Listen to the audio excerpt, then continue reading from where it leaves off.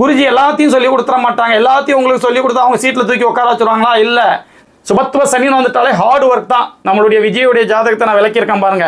Heart ஒர்க்னால தான் அவர் வந்து win பண்றாரு அப்படின்னு. அந்த முதல் நிலை சுபத்துவம் இரண்டாம் நிலை சுபத்துவத்தையும் தாண்டி நுணுக்கமான சில சூட்சுமங்கள் வந்து இந்த வீடியோல நான் வந்து சொல்லி தர போறேன். அனைவருக்கும் வணக்கம். ஓம் நமச்சிவாயா. இன்னைக்கு வந்து ஒரு தொழிலை வந்து நம்ம எப்படி தேர்ந்தெடுக்கணும் அப்படிங்கிறத சுபத்துவ பாவத்துவ விதிகளுடன் சேர்த்து எனக்கு பரம்பொருள் அனுமதித்த சில விதிகளையும் நான் சேர்த்து உங்களுக்கு சொல்லித்தர போறேன். அந்த அடிப்படையில் ஒருத்தவங்களுடைய தொழில் வந்து எப்படி அமைச்சுக்கிடணும், அந்த தொழிலை அமைச்சுக்கிட்டா அவங்களுக்கு எப்படி சக்ஸஸ்ஃபுல்லாக வாழ்க்கை இருக்கும் அப்படிங்கிறது தசாபுத்திகளுக்கு மேட்ச் ஆகி நான் சொல்லித்தர போகிறேன்.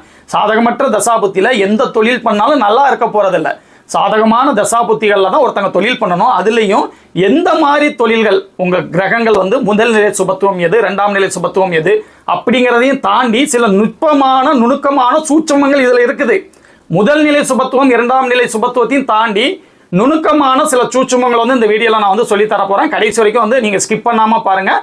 ஒருத்தங்களுடைய தொழிலை எப்படி கணிக்கணும், என்ன மாதிரி தொழில் பண்ணால் அவங்களுக்கு வந்து இயல்பாக நல்லா இருக்கும். இப்போ நல்ல தசாபுத்தி நடக்குது, தசாபுத்தி சரியில்லாத நேரம் எந்த தொழில் பண்ணாலும் நல்லா இருக்காதுன்னு நான் சொல்லிட்டேன். அப்போ நல்ல தசாபுத்தி நடக்கும்போது தான் நான் தொழிலுக்கே ப்ரிப்பேர் பண்ணுவேன். அப்போ தொழிலுக்கு ப்ரிப்பேர் பண்ணும்பொழுது என்ன கிரகம் ஸ்ட்ராங்காக இருக்குது, அதில் வந்து என்ன மாதிரி நம்ம தொழிலை தேர்ந்தெடுத்தா நம்மளுக்கு சக்ஸஸ்ஃபுல்லாக இருக்கும். இப்போ ஒருத்தங்களுக்கு தசாபுத்தி நல்லா இருக்கும்போது தொழில் நல்லா தான் இருக்கும். ஒரு 10,000 கிடைச்சிக்கிட்டு இருக்குதா, 20,000 கிடைச்சிட்டு இருக்குதா, இல்லை 1,00,000 கிடைக்கிறதா அப்படிங்கிறத அவங்களுடைய தசாபுத்தி அமைப்புகளுடைய சுபத்துவமும் அவங்க லக்னாதிபதிய வலுவையும் சேர்த்து என்ன தொழிலை அவங்க தேர்ந்தெடுத்தாங்கிறத பொறுத்து அது மாறும். அதை பொறுத்து நிறைய விஷயங்கள் மாறும். இந்த மாதிரி நுட்பமான சில வீடியோக்கள் வந்து என்னுடைய சேனலில் நான் தொடர்ந்து அப்லோட் பண்ணிட்டு இருக்கேன். விஜய் 2026 முதல்வர் ஆவாருங்கிறது எலெக்ஷனுக்கு 2 மாதத்துக்கு முன்னாடியே கணிச்சு நான் வீடியோ போட்டிருக்கேன். நுணுக்கமாக சில விதிகளை வந்து அதில் அந்த வீடியோவில் நான் விளக்கி வந்து நான் சொல்லியிருப்பேன். அந்த வீடியோ வந்து டிஸ்கிரிப்ஷன் லிங்க்ல இருக்குது. தாராளமாக ஜோதிட ஆர்வலர்கள் போய் வந்து நீங்கள் செக் பண்ணி பாருங்கள். இப்போ நான் ஒரு உண்மை ஜாதகத்தை போட்டு அவர் என்கிட்ட வந்து பார்த்தது வந்து தொழில் வந்து சரியாக நடக்க மாட்டேங்குதுங்க அப்படின்னு சொல்லி வந்தார். அப்போ எதனால அவருக்கு தொழில் சரியாக நடக்க மாட்டேங்குது, எப்போ சரியாகும், எந்த தொழிலை மாற்றினா நல்லா இருப்பாங்க அப்படிங்கிறத அவருடைய ஜாதகம் உண்மை ஜாதகத்தை போட்டு விளக்க போகிறேன். இந்த ஜாதகத்தில் வந்து எனக்கு டிகிரி அமைப்புகள் சில கிரகங்களுக்கு தாங்க. அதாவது சில ஜாதகங்களை வந்து எனக்கு மனசுக்கு வந்து உங்களுக்கு சொல்லிக் கொடுக்குற மாதிரி வந்து இருக்கும். அது சில முக்கியமான ஜாதகங்கள் ஒரு பாயிண்ட்டுகள்லாம் உங்களுக்கு சொல்லிக் கொடுக்குறதுக்கு தோதாகும். இப்போ ஒரே பார்த்தீங்கன்னா ஐடி ஃபீல்டில் இருந்து நிறைய பேர் வருவாங்க. அப்போ அவங்க ஜாதகத்தெல்லாம் எடுத்து வச்சுட்டு ஐடி ஃபீல்டில் இருக்கிறதுக்கு என்னங்க கிரக நிலைகள்னு சொல்லி உங்களுக்கு தொடர்ந்து சொல்லி கொடுத்துட்டு இருக்க முடியாது.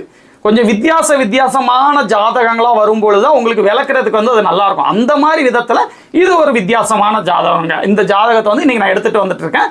இப்போ வந்து அந்த ஜாதகம் வந்து வந்துக்கிட்டு இருக்குது.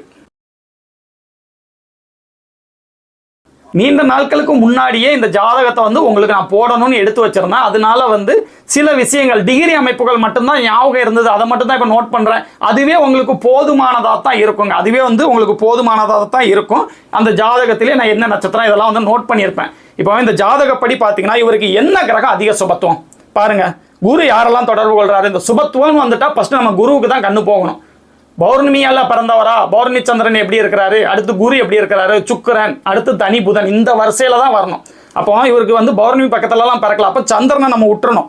அதுக்கப்புறம் என்ன பார்க்கணும், குருவை தான் பார்க்கணும். குரு யாரெல்லாம் தொடர்பு கொள்றாரு, குரு புதன் செவ்வாய் சூரியனையும் சுக்கிரன் சனியும் வந்து தொடர்பு கொள்றாரு. இதுல இந்த தொழில் கிரகங்களுக்கு ஏற்கனவே வீடியோ போட்டிருப்போம். எந்த மாதிரி தொழில் கிரகங்களுக்கு இம்பார்ட்டன்ட் கொடுக்கணும் ஃபர்ஸ்ட் அப்படின்னு. அந்த மாதிரி விஷயங்களும் நீங்கள் வந்து வீடியோஸை வந்து நீங்கள் தொடர்ந்து பார்த்தா தான் புரியும். ஒரே வீடியோவில் எல்லாத்தையுமே சொல்லிக் கொடுக்க முடியாது. எந்த மாதிரி கிரக நிலைகள் சுபத்துவத்தில் அந்த சுபத்துவத்துடைய அடுக்குகளை கணிக்கிறதுலையும் தொழில் சார்ந்த விஷயங்களுக்கு எதுக்கு இம்பார்ட்டன்ட் கொடுப்போம் அப்படிங்கிறதுலையும் சில விஷயங்கள் இருக்குது. போக போக அந்த விஷயத்தையும் நான் சொல்லித்தரேன். இந்த வீடியோவில் பார்த்தீங்கன்னா புதன் நட்பு வீட்டில் இருக்கிறாரு, சுக்கிரன் வீட்டில் இருக்கிறாரு, செவ்வாய் அவர் மறைவு ஸ்தானத்தில் தான் உட்காந்துருக்கிறாரு. எல்லாருமே குருவுடைய தொடர்பில் தான் இருக்கிறாங்க. அடுத்து சூரியனும் குருவுடைய தொடர்பில் இருக்காரு. ஆனால் நீச்சம்ங்கிற வலிமையில் இருக்காரு. இங்கே ஸ்தான வலுவோடு இருக்கிறது வந்து புதன் மட்டும்தான் ஸ்தான வலுவோடு இருக்காரு. அப்போ புதன் சுபத்துவமாக இருக்கிறாருன்னு இந்த 3 கிரகத்தில் நம்ம எடுத்துக்கிடணும். அப்படி அந்த இடத்துல பார்த்தீங்கன்னா சனி சமம்ங்கிற வீட்டில் இருப்பார். சுக்கிரனும் வந்து பார்த்தீங்கன்னா பகைம்பாங்க, சில இடத்துல சமம் இருக்கும். நீங்கள் அதை விடுங்களேன்.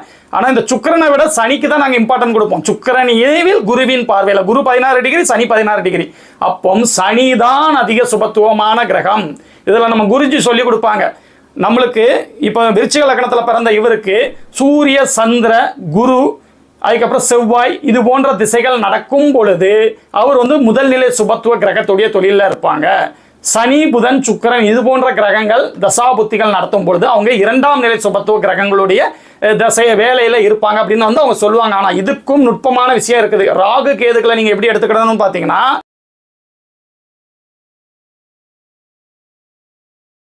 குருஜியுடைய விதிக்கு எதிராக சொல்லித்தாராரு இல்லைங்க. குருஜி தான் எனக்கு வாழ்வளித்தது, அனுபவத்தை அளித்தது, எனக்கு பாடம் கற்பித்தது அவர் தான். இருந்தாலும் எல்லா விஷயத்திலையும் அவங்க கூட நம்ம ஒத்து போகணும்லாம் கிடையாதுங்க. அப்படி எல்லா விஷயத்திலையும் குருஜி வந்து அவங்களுடைய குருவோட ஒத்து போயிருந்தாருன்னு வச்சுக்கோங்க, அவர் புதுசாக எதுவுமே கண்டுபிடிச்சிருக்க முடியாதுங்க. அவர் சொன்னதை அப்படியே அரைச்சமாவே அரைச்சிட்டு போக வேண்டிதான். புதுசாக நீங்கள் ஏதாவது கற்றுக்கிடணும்னா அதை நம்ம சோதனைக்கு உட்படுத்தணும்.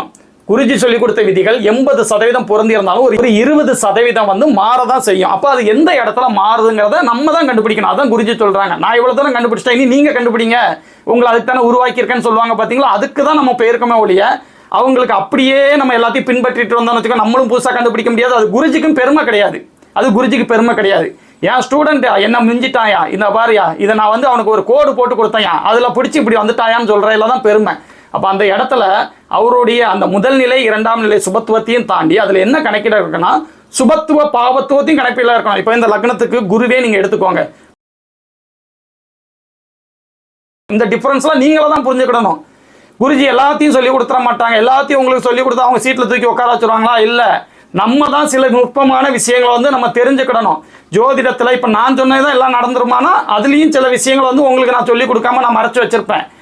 எல்லாத்துக்கும் சொல்லிக் கொடுக்க முடியாதுங்க. அப்படி சொல்லி கொடுத்தோம்னா நீங்கள் வந்து ஈஸியாக கிடைச்ச எந்த ஒரு பொருளுக்கும் மதிப்பு இல்லை. ரெண்டாவது என்னன்னு பார்த்தீங்கன்னா, அதை மட்டுமே வச்சு நீங்கள் முன்னேறிட முடியாது. ஒரு தேடல் இருக்கும் பொழுது தான் உங்களுக்கே வந்து அந்த மூளை தூண்டப்படும். இன்னும் நிறைய விஷயங்கள் வந்து உங்களுக்கு தெரிய அனுமதிக்கப்படும். அந்த விதத்தில் நான் இப்போ சொல்லிக் கொடுத்த இந்த விதியை நீங்கள் ஞாபகம் வச்சுக்கோங்க. முதல் நிலை 2ஆம் நிலை அந்த சுபத்துவ கிரகங்களுடைய வேலை அமைகிறதுலையும் சுபத்துவ பாவத்துவம் என்ன தசை நடக்குதுங்கிறத பொறுத்து நுணுக்கமாக சில விஷயங்கள் மாறும். அந்த அடிப்படையில் இந்த ஜாதகத்தை பார்த்தீங்கன்னா 2ஆம் இடத்துல சுக்கிரன் சனி தான் அதிக சுபத்துவமான கிரகம். சுக்கிரனுடைய இணைவில் குருவுடைய பார்வையில் இருக்கிறார். இவர் பார்த்தீங்கன்னா அவிட்டம் 2ஆம் பாதத்தில் பிறந்திருக்கார். 4 வயசு வரைக்கும் செவ்வாதசைங்க, 22 வயசு வரைக்கும் ராகுதசை. 4ஆம் வீடு சனியுடைய பார்வையும் இருக்கு, குருவுடைய பார்வையும் இருக்குது. 4ஆம் அதிபதி சுபத்துவமாக தான் இருக்காரு. ஆனால் ராகு இந்த மாதிரி தசை நடத்தும் பொழுது, இளம் வயதுல படிக்கிற வயசுல ராகு தசை நடத்தும் பொழுது சந்திரனை பாதித்த மனதை பாதித்த இந்த ராகு சில விஷயங்களை கெடுப்பாருங்க. அதாவது படிப்பு, வேலை செய்கிற இடத்துல வேலையும், திருமணம் சார்ந்த விஷயங்களை திருமணத்தையும், படிக்கிற வயசுல படிப்பு சார்ந்த விஷயங்களும் கண்டிப்பாக கெடுக்கக்கூடிய அமைப்புகள் இருக்கும். ஒரு படிக்கலாம் செய்யலை. அப்போ படிக்காதவங்களுக்கு சனியுடைய சுபத்துவத்தில் என்ன மாதிரி வேலை அமைப்புகள்ல இருக்கணும்? இரும்பு, பெட்ரோல், அதுக்கப்புறம் பார்த்தீங்கன்னா அந்த கழிவு பொருட்கள், சாராயம், போதைப் பொருட்கள் சம்மந்தப்பட்ட சில வஸ்துக்கள், அது மாதிரி ஏகப்பட்டது இருக்குது. கனிம வளங்கள், அந்த மாதிரி நிறையா இருக்குது. நம்ம சனியுடைய சுபத்துவத்தில் உள்ள அந்த காரக தொழில்கள் வந்து ஏகப்பட்டது இருக்குது. அந்த தொழில்களில் ஒன்று தானே இருக்கணும். ஆனால் இவர் இருக்கிறது பார்த்தீங்கன்னா பழக்கடையில் இருக்கிறாருங்க. பழக்கடை நடத்துகிறாரு. பழக்கடை நல்லா இருக்குமா? பழக்கடைக்கு யார் காரக கிரகம்? பழக்கடைக்கு காரக கிரகம் சந்திரன் நல்லாவே இல்லை. எப்படி பழக்கடை வைக்க முடியும்? தசாபுத்தி சரியில்லை. தசாபுத்தி சரியில்லை. 2ஆம் அதிபதி தனாதிபதியாகவும் 5ஆம் அதிபதியாகவும் வரக்கூடிய இந்த குரு 8ஆம் இடத்துல போய் உட்காந்து, 8ஆம் இடத்துல பகை வீட்டில் மறைஞ்சு உட்காந்து இருக்காரு. சுக்கிரனுடைய தொடர்பு இருக்குது, அதே நேரத்தில் சனியுடைய தொடர்பு இருக்குது. அப்போ அந்த மாதிரி நேரத்தில் இவர் எப்படி முடிவெடுப்பார்? இப்போ குரு திசையில் ராகு புத்தி நடந்துக்கிட்டு இருக்குது. அப்போ நான் கேட்டேன், என்னங்க உங்களுக்கு சனி தானங்க நல்லா இருக்குது, சனி சம்மந்தப்பட்ட பெட்ரோலு, பழைய இரும்பு, இது மாதிரி விஷயங்கள்ல இருக்கணும்னு சொல்லும்போது, பழைய இரும்பு கடை தாங்க வச்சுருந்தேன், நல்லா இருந்ததுங்க, ஜேன்னு ஓடுனுச்சு பழைய இரும்பு கடை. ஆனால் என்ன பண்ணுன்னு பார்த்தீங்கன்னா, பிள்ளைங்களாம் வளருதே, கௌரவ குறைச்சல் மாதிரி இருக்குதுன்னு சொல்லிட்டு நான் பழக்கடைக்கு வந்தேங்க. நேரம் சரியில்லை. இப்போ குரு திசையில் ராகு பற்றி நடந்துட்டு இருக்கு, சஷ்டாஷ்டக அமைப்பு வேற. ராகு மனதை பாதிச்சிருக்காரு, சந்திரனை பாதிச்சிட்டாரு. அப்போ எப்படி இருக்கும்? அப்படிதான். நல்லா இருக்கும் பொழுது வேண்டாத வேலைகளை பார்க்குறதுல இப்படி தான். நல்லா போய்கிட்டு இருந்த கடையை வேண்டாத வேலைகளை பார்த்து அதுக்கப்புறம் வந்து பழக்கடையில் போய் உட்கார வச்சிருக்கு. பழக்கடையில் உட்கார வச்சா தானே இவருக்கு வந்து நஷ்டம். இன்னும் 2 வருஷம் இருக்கு. இப்போ நான் எனக்கு ஜாதகம் கேட்டு போனார், நான் பழைய மாதிரி நீங்கள் இரும்பு தொழிலுக்கு மாறுங்கன்னு சொன்னேன். கேட்க மாட்டார். இன்னும் 2 வருஷம் வந்து இருக்குது தசாபுத்தி. அப்போ எப்படி கேட்பாரு? இன்னும் 2 வருஷம் கழிச்சு குரு திசையில் ராகு புத்தி முழுமையாக விலகும் பொழுது முழுமையாக இவரை தொடச்சி நக்கிறோம். அப்போ முழுமையாக பணம் போயிட்டு இனிமேல் வேறு வழியே இல்லாத ஒரு நிலைமையில பழைய மாதிரி நம்மளுக்கு தெரிஞ்ச தொழிலான அந்த பழைய இரும்பு தொழிலுக்கே போகலான்னு போவார். சனி திசை எக்ஸலண்டா இருக்கும். சனி திசை எக்ஸலண்டா இருக்கும். சுக்கிரனுடைய இணைவில் குருவுடைய பார்வையில் எக்ஸலண்டா இருக்கும். 2ஆம் இடத்துல உள்ள சனி அப்படிலாம் கெடுக்க மாட்டார். 2ஆம் இடத்துல உள்ள சனி கெடுத்து விட மாட்டார். ஜெயலலிதா அம்மையார் ஜாதகத்தில் 2ஆம் இடத்துல தான் சனி சுபத்துவ சனியா இருப்பாருன்னு நினைக்கிறேன். எனக்கு சரியா ஞாபகம் இல்லை, அப்படிதான் இருக்கிறதா ஞாபகம். அதே மாதிரி தான் 2ஆம் இடத்துல உள்ள சனி எல்லாத்துக்கும் கெடுத்துருவாருன்னு சொல்லி நீங்க கெஸ் பண்ணக்கூடாது. அதே மாதிரி இது சுபத்துவ சனி தான். அப்படி ஒன்றும் பெருசாக நஷ்டப்படுத்தாது. ஹார்ட் ஒர்க், சுபத்துவ சனின்னு வந்துட்டாலே ஹார்ட் ஒர்க் தான். நம்மளுடைய விஜயோடைய ஜாதகத்தை நான் விளக்கியிருக்கேன் பாருங்க. ஹார்ட் ஒர்க்னால தான் அவர் வந்து வின் பண்ணுறாரு அப்படின்னு. அந்த சுபத்துவ சனியுடைய அந்த முக்கியமான விஷயம் ஹார்ட் ஒர்க். ஹார்ட் ஒர்க் மூலியமா கண்டிப்பாக இந்த ஜாதகர் வந்து ஒரு பெரிய லெவலுக்கு போக தாங்க செய்வார் சனி திசையில். இதுதான் வந்து இன்னைக்கு விளக்கம் முக்கியமாக எடுத்துகிட்டு வந்தேன். என்னன்னு பார்த்தீங்கன்னா எல்லாத்துலேயுமே வந்து ஒரே வரியில் ஜோதிடத்தில் பலன் கிடையாது. நுட்பமாக நுணுக்கமாக பல ஜாதகங்களை நீங்கள் அனலைஸ் பண்ண உங்களுடைய ஞானத்திற்கு ஏற்ற மாதிரி பல விஷயங்கள் எளிதாக புரியும். கிரகங்கள் பேசும் சொல்லுவாங்க. கிரகங்கள் பேசும் சொல்லும்போது இந்த ஜோதிடத்தை பற்றி முழுசாக ஒரு 15 வயசு 16 20 வயசுக்கு மேலே தான் நான் ஜோதிட துறைக்கே வந்தேன். அதுக்கு முன்னாடிலாம் பார்த்தீங்கன்னா இந்த மாதிரி கிரகங்கள் பேசும் சொன்னால் நான் என்ன செய்வேன், சிரிச்சிருப்பேன். கிரகங்கள் பேசுமா அப்படின்னு சொல்லிட்டு சிரிச்சிருப்பேன். ஏன்னா நானும் வந்து டிகிரி முடிச்சிருக்கேன். எனக்கும் வந்து நுட்பமான சில கணக்கீடுகள் எல்லாமே தெரியும். கணக்கில் நான் படிக்கிற வரைக்கும் 100க்கு 100 தான் எடுப்பேன். என்னுடைய ஸ்கூல் வந்து ஒரு மிகப்பெரிய ஸ்கூலுங்க. அதாவது கிட்டத்தட்ட பார்த்தீங்கன்னா ஒரு 3000 4000 ஸ்டூர் படிப்பாங்க.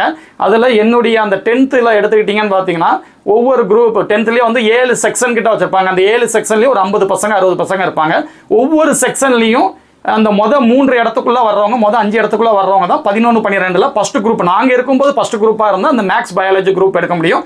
அந்த நேரம் வந்து கம்ப்யூட்டர் சயின்ஸுங்கிறதெல்லாம் அப்போ கிடையாதுங்க. அப்போ மேக்ஸ் பயாலஜி குரூப் தான் ஃபர்ஸ்ட் குரூப்பாக இருக்கும்பொழுது எல்லா செக்ஷன்லேயும் உள்ள மொத்த பேரும் வந்து உட்காந்துருப்பாங்க. நான் 10th 100க்கு 100 வாங்கினேன். அதே நேரத்தில் பார்த்தீங்கன்னா 12th வந்து நான் ஃபுல் மார்க் தாங்க. மேக்ஸை பொறுத்த வரைக்கும் நான் ஃபுல் மார்க் தான். மேக்ஸில் எப்போவுமே நான் ஃபுல் மார்க் எடுத்துருவேன். அத்தனை பசங்களும் எங்கள் வீட்டுக்கு வருவாங்க மேக்ஸ் கற்றுக் கொடுக்க. டே இந்த ஃபார்முலாவை எதிலடா யூஸ் பண்ணணும், நீ எப்படிடா படிக்கிற, இதை எப்படி மனப்பாடம் பண்ணணும் அப்படிங்கிற மாதிரி கேட்டு வருவாங்க. அதில் வந்து எப்போவுமே வந்து கடவுளுடைய அருளில் வந்து அந்த கணக்கீடு விஷயத்தில் நான் வந்து எப்போவுமே இருப்பாங்க. அதே மாதிரி நீங்களும் இதே விஷயத்தில் இருக்கும் பொழுது உங்களுக்கும் பரம்பொருள் வந்து நுட்பமான நிறைய விஷயங்களை வந்து அனுமதிப்பார். ப்ரீமியம் மீடியம் வந்து ஆரம்பிச்சிருக்கோம். முக்கியமான நுணுக்கமான சில விஷயங்களை வந்து அதில் வந்து நான் சொல்லி கொடுத்துட்ருக்கேன். எல்லாத்துக்குமே வந்து இலவசமாக எல்லாத்தையும் கற்றுக் கொடுத்துட முடியாதுல்ல. அதனால் 299 சார்ஜஸ் வச்சுருக்கோம். அதில் பொதுமக்களுக்கு சொல்லிக் கொடுக்காத சில முக்கியமான விஷயங்களை உண்மை ஜாதகத்தை போட்டு நுட்பமான விதிகளை நமக்கு மட்டும் தெரிஞ்ச நுட்பமான விதிகளை வந்து நான் சொல்லி கொடுத்துட்ருக்கேன். நீங்கள் இந்த ஜோதிடத்தை ஒரு ப்ரொஃபஷனலாக பண்ணுறீங்க, தொழிலாக பண்ணுறீங்க, இல்லை இதில் எனக்கு ஆர்வம் இருக்குது, நீங்கள் தெரிஞ்சுக்கணும்னு நினச்சிங்கன்னா தாராளமாக விசிட் பண்ணி பாருங்கள். இதே மாதிரி இன்னொரு நாள் ஒரு நல்ல டாப்பிக்கில் வந்து நான் உங்களை மீட் பண்ணுறேன். ஓம் நமச்சிவாயா.